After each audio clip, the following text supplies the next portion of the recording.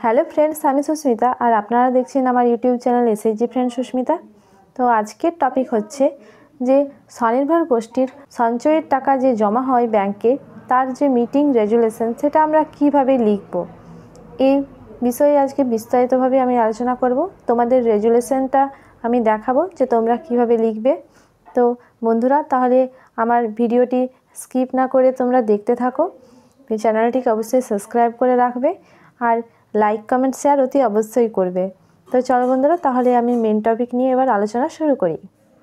তো বন্ধুরা দেখো, এটা হলো স্বনির্ভর গোষ্ঠীর সঞ্চয় টাকা জমা করার একটা রেজুলেশন, যে রেজুলেশনটা আমি তোমাদের সামনে তুলে ধরেছি।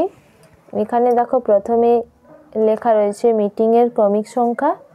এখানে সংখ্যাটা তোমরা বসিয়ে দেবে। তার নিচে রয়েছে স্থান, যে কোথায় মিটিংটা হচ্ছে সেই স্থানের নাম। তারপর ডান দিকে রয়েছে তারিখ, কত তারিখে তোমরা মিটিংটা করছো সেই তারিখটা লিখবে। সময়, কটার সময় তোমাদের এই সভাটা হচ্ছে সেই সময় এখানে তুলে ধরবো। তার নিচে দেখো লিখেছি আলোচ্য বিষয়, যে দলের সঞ্চয়ের টাকা জমা করার জন্য বিশেষ জরুরি সভা। দলের সঞ্চয়ের টাকা জমা করার বিশেষ জরুরি সভা, ঠিক আছে।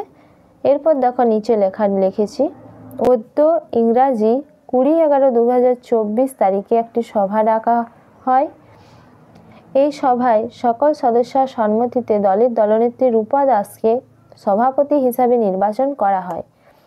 সভাপতি আসন গ্রহণ করলে সভার আলোচনা শুরু করা হয়, যে আমাদের মা তারা এসএইচজির সকল সদস্যের কাছ থেকে সঞ্চয়ের টাকা জমা করার উদ্দেশ্যেই আজকে এই মিটিং ডাকা হয়েছে।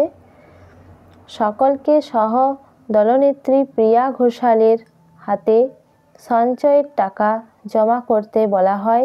এরপর সকলে তার হাতে টাকা জমা করেন। এখানে তোমরা লিখবে, আমি এখানে লিখিনি। এরপর সকলে তার কাছে, ওই প্রিয়া ঘোষালের কাছে সঞ্চয়ের টাকা জমা করেন। দলের সঞ্চয়ের টাকা জমার বিবরণ নিম্নে দেওয়া হলো। তাহলে নিচে দেখো একটা এরপর ছক করেছি, লিখেছি সদস্যের নাম, টাকা যেটা জমা করছে সেই জমা টাকা, তারপর স্বাক্ষর। তাহলে এখানে সদস্যদের আমি নাম লিখেছি। এখানে কিন্তু পরপর দলনেত্রী, সহদলনেত্রী, কোষাধ্যক্ষ তাদের 3 জনের পরপর লিখতে হবে নামগুলো, ঠিক আছে। তাদের সিরিয়ালটা যেন ঠিকঠাক থাকে। তারপর মেম্বারদের তোমরা নাম লিখে দেবে। তাহলে তারা যে যত টাকা দিয়েছে, যে 50 টাকা করে তারা যেহেতু জমা করে, তাই 50 টাকা করে লিখে দিয়েছি আমি সকলের। তারপর এখানে যে রূপা দাস যে দিয়েছে 50 টাকা, তাহলে এখানে এই ঘরে রূপা দাস সই করবে। তারপরে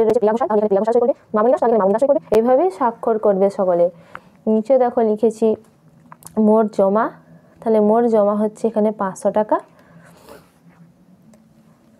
তার নিচে দেখো রয়েছে যে অতএব সভায় মোট সঞ্চয়ের টাকা 500 অর্থাৎ 500 টাকা জমা করা হয়। এই টাকা দলের সহদলনেত্রী প্রিয়া ঘোষালকে ব্যাংকে গিয়ে দলের এসবি অ্যাকাউন্ট, এখানে তোমরা অ্যাকাউন্ট নাম্বারটা লিখে দিতে পারো, যে যাহার অ্যাকাউন্ট নাম্বার এত, ওই অ্যাকাউন্টে এই টাকা জমা করার দায়িত্ব দেওয়া হয়। দলের আর কোনো আলোচনা না থাকায় সভাপতিকে ধন্যবাদ দিয়া সভার আলোচনা শেষ করা হয়।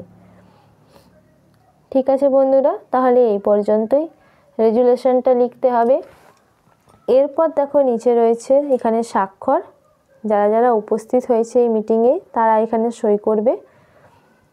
তো এখানে প্রথমেই 3 জনে, এই যে দলের যে দলনেত্রী, সহদলনেত্রী, কোষাধ্যক্ষ রয়েছে, তারা 3 জনে এখানে সই করবে। তারপর সকল সদস্য সই করবে।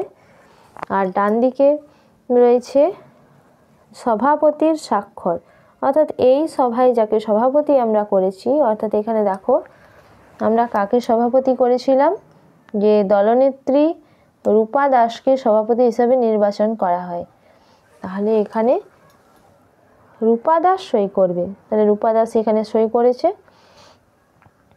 তাহলে এইভাবেই মিটিংয়ের রেজুলেশনটা তোমাদের লিখতে হবে।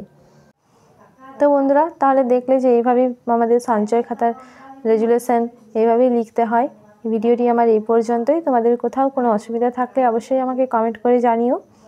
তো বন্ধুরা, তাহলে আমি এখানেই আমার ভিডিও শেষ করছি। সুস্থ থেকো, ভালো থেকো, ধন্যবাদ।